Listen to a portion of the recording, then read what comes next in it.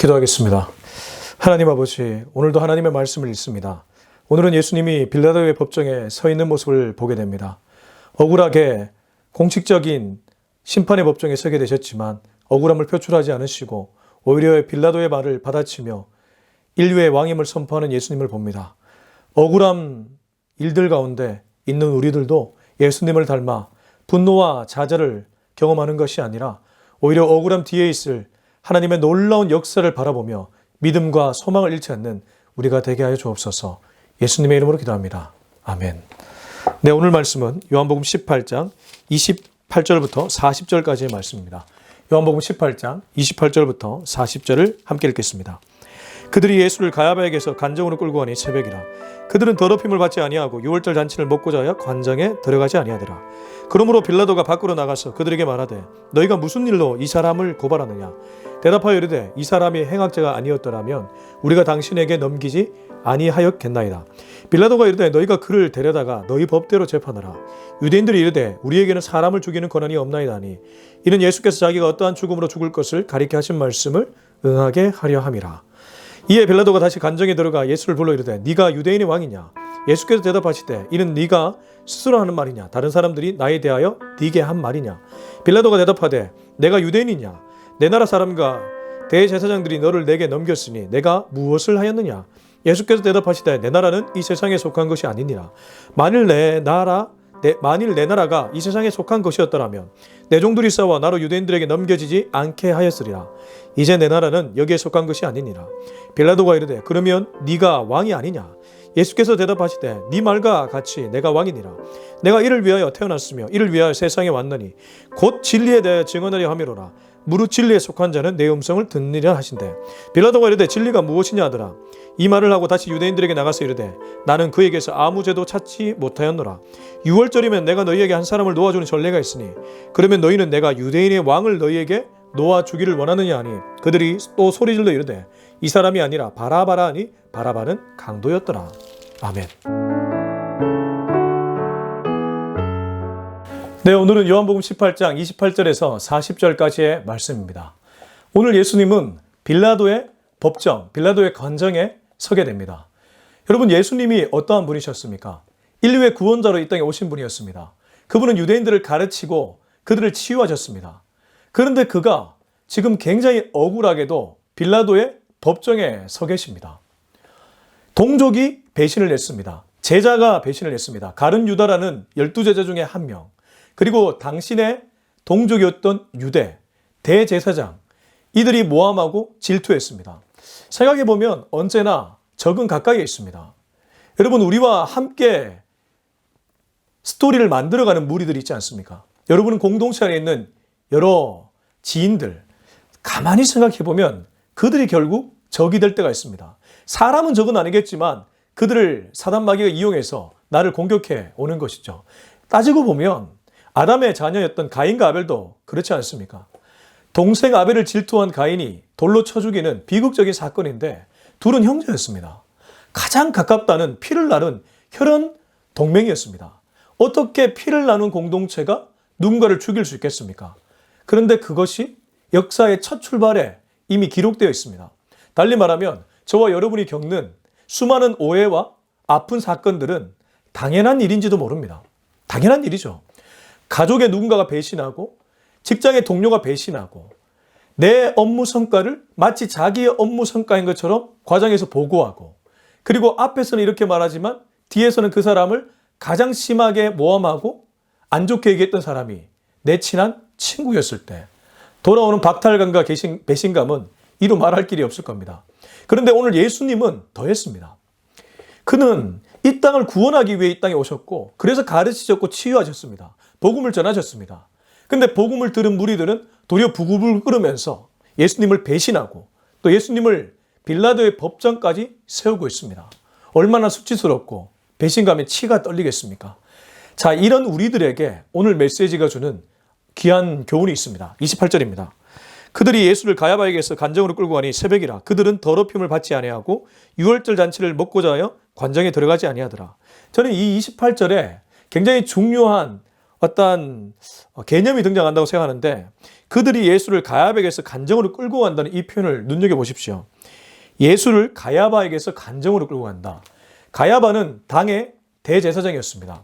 그 해의 대제사장은 가야바였고 그 직전 대제사장은 그의 장인이었던 안나스였습니다. 예수님은 안나스에게 갔다가 가야바에게 갑니다. 점점 오피셜로 가게 됩니다. 사실 아주 작은 일이었습니다.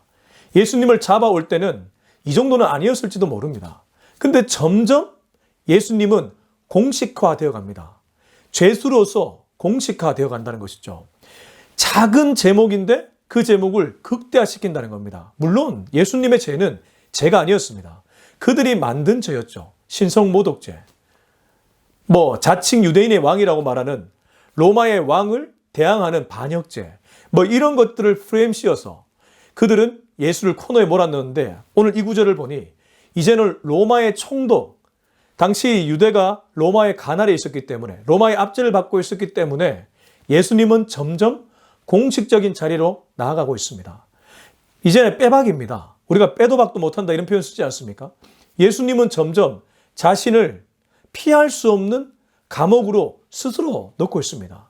사람들이 그렇게 하는 것 같지만 생각해보면 예수님은 자진해서 십자가의 길을 걸어가고 계셨기 때문입니다. 자, 뒤에 나오는 말씀은 참 우리로 하여금 안타까움을 자아내게 만듭니다. 새벽이라 그들은 더럽힘을 받지 아니하고 유월절 잔치를 먹고자 하여 관정에 들어가지 아니하더라. 유월절이었잖아요. 유월절 기간이었기 때문에 자신들은 더럽힘을 받지 않으려고 또 유월절 잔치를 하려고 관정에 들어가지 않았다고 합니다. 관정에서는 심판을 하고 죄수에 대한 죄를 물으니까 그런 걸로 인해 더럽힘 받고 싶지 않아서 들어가지 않고 도리어 그들은 유월절을 즐겼다고 합니다. 여러분, 유월절을 만드신 분이 누구입니까? 패스오버를 해주신 분은 하나님이셨습니다. 지금 빌라도의 관정에 들어가고 계신 분이 누구십니까? 그분의 하나밖에 없는 아들 예수 그리스도, 달리 말하면 하나님이셨습니다. 하나님은 유월절 기간에 본인들을 위해 본인들의 손에 의해 빌라도의 법정으로 뚜벅뚜벅 걸어가고 계시는데 자기들의 보기에는 자기들이 그 코너로 몰아넣은 것지만 오히려 그들을 위해서 그들의 죄를 사해주기 위해서 그는 빌라도의 법정으로 가고 있는데 본인들은 율법의 정신에 의해 자기를 지키고자 들어가지 않습니다. 내로남불의 전형이죠. 여러분, 저와 여러분도 부지불식간에 이런 행동을 서슴지 않고 할 수 있습니다. 나는 옳고 남은 그르다. 아니죠. 언제나 기준은 나에게 적용되어야 될 것입니다. 말씀도 나에게 먼저 적용되어야 할 것입니다. 말씀을 전하는 저도 마찬가지입니다. 성도님들께 말씀을 전하기 전에 내가 이 말씀을 갖고 정말 진정성 있게 실험하고 있는가? 이게 중요한 것이겠죠. 이들은 눈이 감겼습니다. 똑똑하다고 자부했을지 몰라도 똑똑하지 않고 영적으로 완전 바보 같은 자들이었습니다. 자신들의 메시아를 자신들의 손에 의해 빌라도의 법정원에 넣고는 자신들은 깨끗하기 위해 유월절을 지키고 그 관정에 들어가지 않고 있으니 이거만큼 아이러니한 상황이 어디 있겠습니까?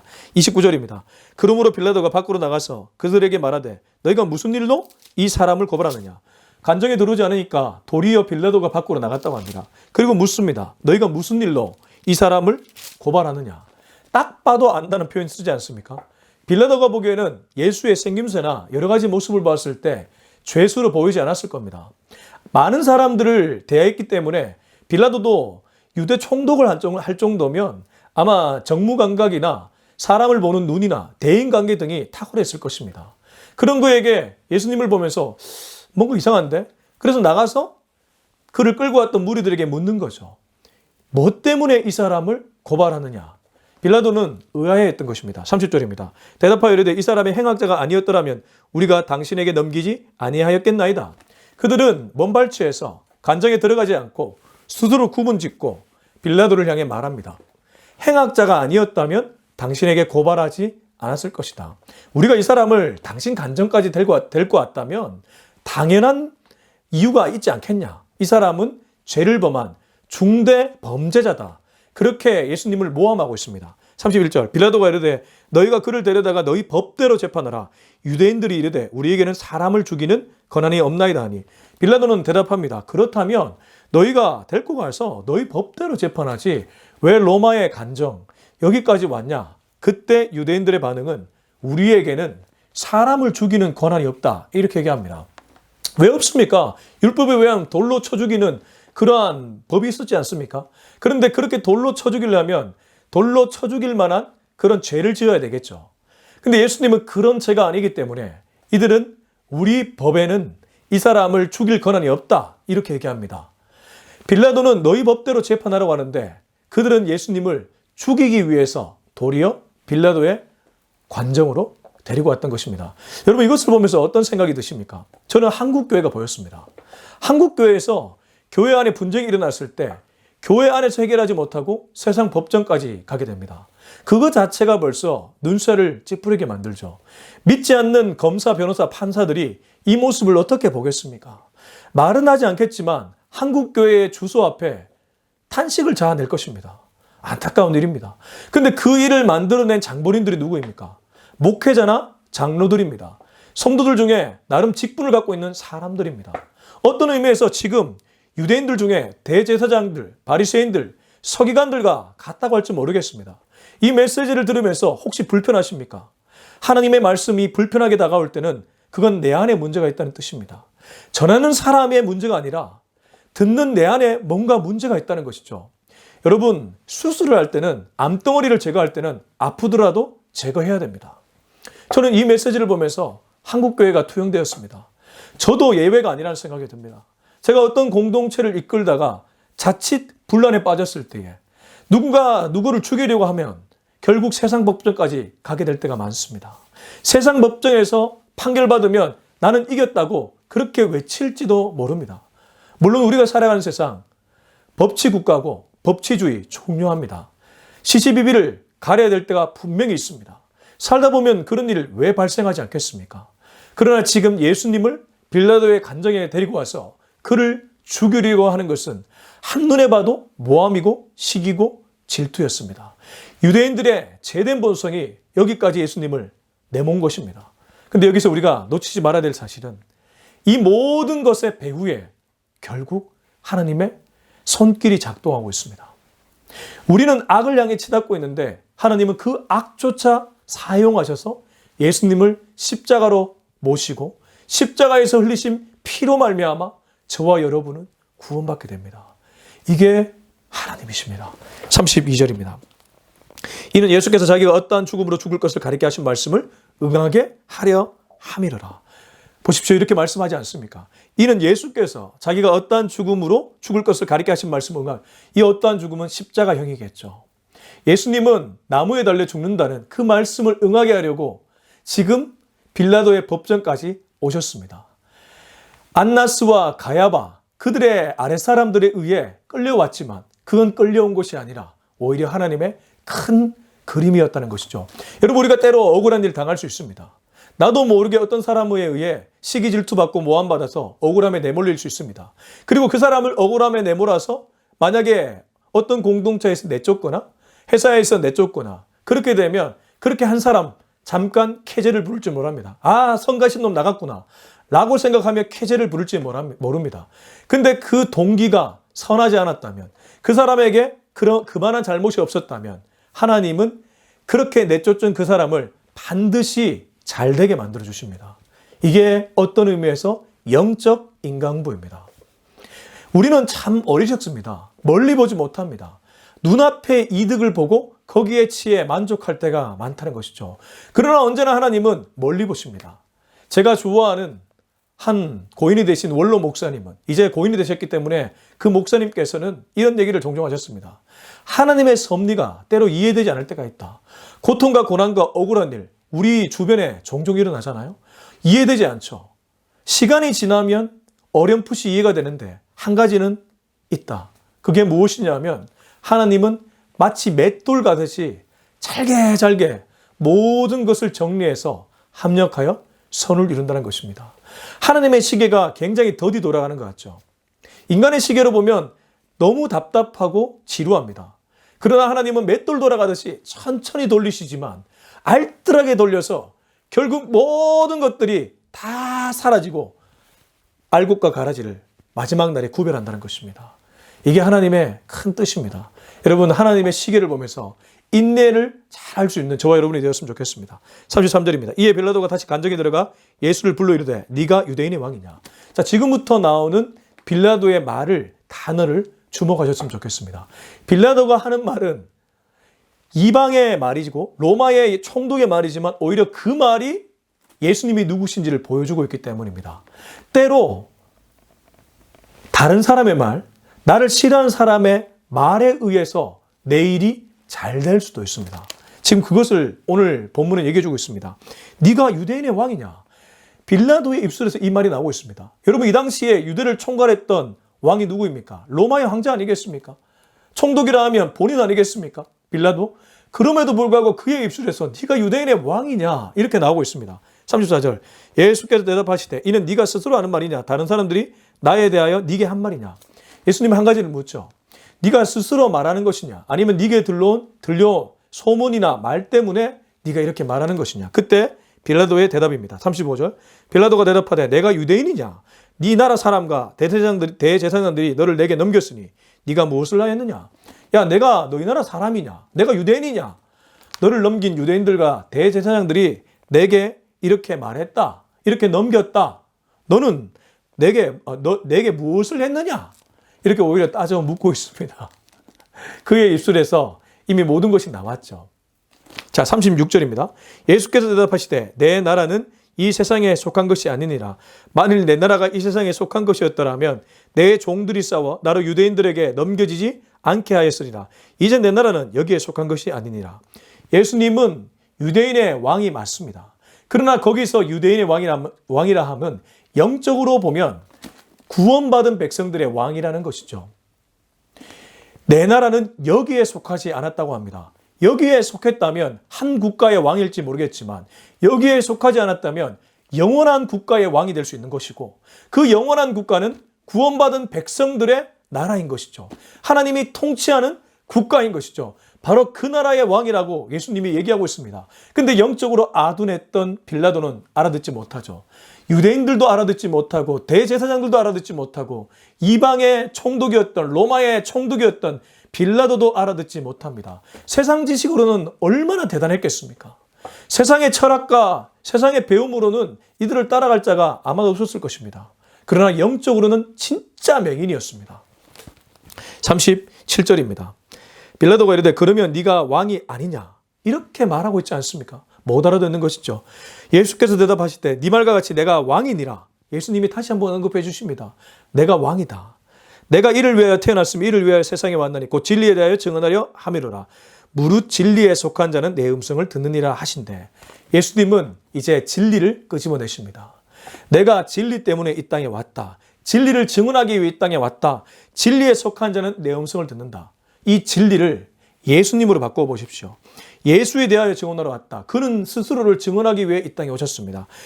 예수님께 속한 자는 내 음성을 듣는 것이다. 당연하죠. 예수께 속하면 그의 음성이 들려오죠. 이해된다는 뜻입니다. 동시에 이것을 구원으로 바꿔보겠습니다. 구원에 대하여 증언하러 왔다. 구원에 속한 자, 구원받은 자, 내게 속한 자는 내 음성을 듣느니라. 이게 예수님의 탁월한 대답이었습니다. 38절. 빌라도가 이르되 진리가 무엇이냐? 빌라도는 그래도 조금 궁금했던 것 같습니다. 왜 대제사장들과 유대인들이 이 사람을 내게 넘겼을까? 한눈에 봐도 죄수가 아닌 것 같은데.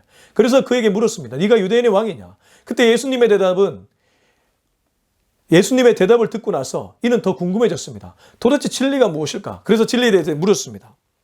38절 후반절. 이 말을 하고 다시 유대인들에게 나가서 이르되 나는 그에게서 아무 죄도 찾지 못하였노라. 그래도 빌라도가 양심이 있었던 것 같습니다. 정치인이었습니다. 그는 민심을 살피는 자였습니다. 그러나 동시에 그도 정무감각, 행정감각이 탁월한 사람이었습니다. 앞서도 말씀드렸지만 사람 보는 눈은 있었습니다. 그와 대화하면서 그의 선의가 느껴졌을 겁니다. 선한 의도가 느껴졌을 겁니다. 그래서 죄를 찾아볼 수 없었기에 나가서 다시 한번 말합니다. 이 사람에게서 아무 죄를 발견하지 못했노라. 이렇게 말하면 유대인들은 가만히 있어야 됐겠죠.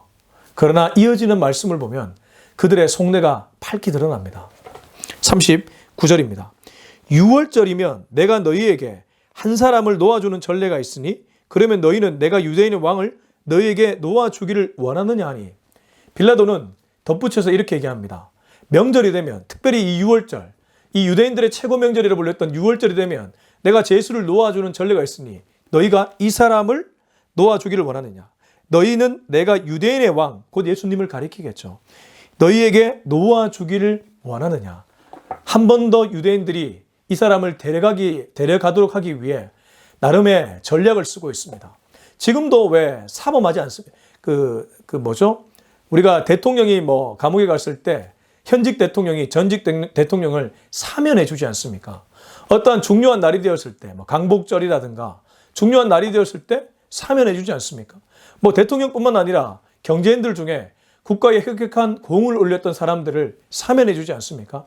아마도 유대인들의 당시 문화에도 이런 것들이 있었던 것 같습니다. 그래서 로마의 유대 총독이었던 빌라도는 내가 유대인 너희들의 최고 명절인 6월절에 예수를 놓아주는 전례가 있었고 그에 따라서 지금 끌려온 너희가 말하는 유대인의 왕을 놓아주기를 원하는데 그렇게 할까? 라고 물었을 때 유대인들과 대제사장의 반응은 40절입니다. 그들이 또 소리 질러 이르되 이 사람이 아니라 바라바라니 바라바는 강도였더라. 다급했던 것이죠. 여러분, 사람이 목청이 올라갈 때는 다급할 때 그렇게 하지 않습니까? 놓아줄 것 같으니까, 자신들의 뜻대로 될 것 같지 않으니까 엄청나게 다급하게 목소리를 높여서 그 사람이 아니고 바라바다! 바라바다! 이렇게 얘기했던 것입니다. 혹시 양심이 있었던 그 무리에 있었던 사람들 중에는 아마 이 모습을 보면서 굉장히 탄식했을 것입니다. 분명히 이게 아닌데, 지금 무언가 잘못되어 가는데, 채빈성의 원리에 따라, 채빈성이란 말은 다수의 원리에 따라 말 못하고 묻어가고 있습니다. 다수가 지지하니까, 다수가 그렇다고 말하니까 혹여 그 안에서, 이 안에서, 지금 이 본문 안에서 망설이고 뭔가 잘못되어 가는데 라고 생각하는 사람들도 아무 말 못하고 있습니다. 여러분, 우리도 이러한 사건을 만날 때가 있지 않습니까? 공동체 안에서 분명히 이건 잘못된 결정인데 다수가 지지하니까 혼자 아니오라고 말하기가 굉장히 어려운 것이죠. 성숙한 공동체가 어떤 공동체겠습니까? 건강한 공동체가 어떤 공동체겠습니까? 아니오라고 말하는 사람을 받아들일 줄 아는 포용적인 문화가 있는 공동체가 건강한 공동체요, 성숙한 공동체일 겁니다. 사람들은 생각보다 다름을 잘 받아들이지 못합니다. 생각이 다르면 배제하려고 합니다. 그러나 예수님이 하나되라고 한 것에는 그런 것이 아니죠. 이 하나됨은 똑같이 가라는 뜻이 아닐 겁니다. 하나님은 우리를 만들 때부터 다른 모양, 다른 색깔로 만들었습니다. 부모가 다르고 경제 환경이 다르고 자라오면서 배운 배움이 다릅니다.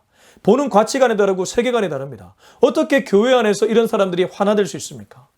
제가 앞서도 말했지만 사랑 안에 있어야 되고 예수 안에 있어야 될 겁니다. 사랑 안에 있고 예수 안에 있다는 것이 무엇이겠습니까? 예수의 정신이 녹아져 있다는 것이죠. 예수님은 12제자 중에 가룟 유다조차 혼내지 않았고 그를 꾸짖지 않았습니다. 오히려 가서 네 할 일을 하라고 했습니다. 이게 무엇이겠습니까? 그리고 그분이 설교할 때 이런 설교가 있었습니다.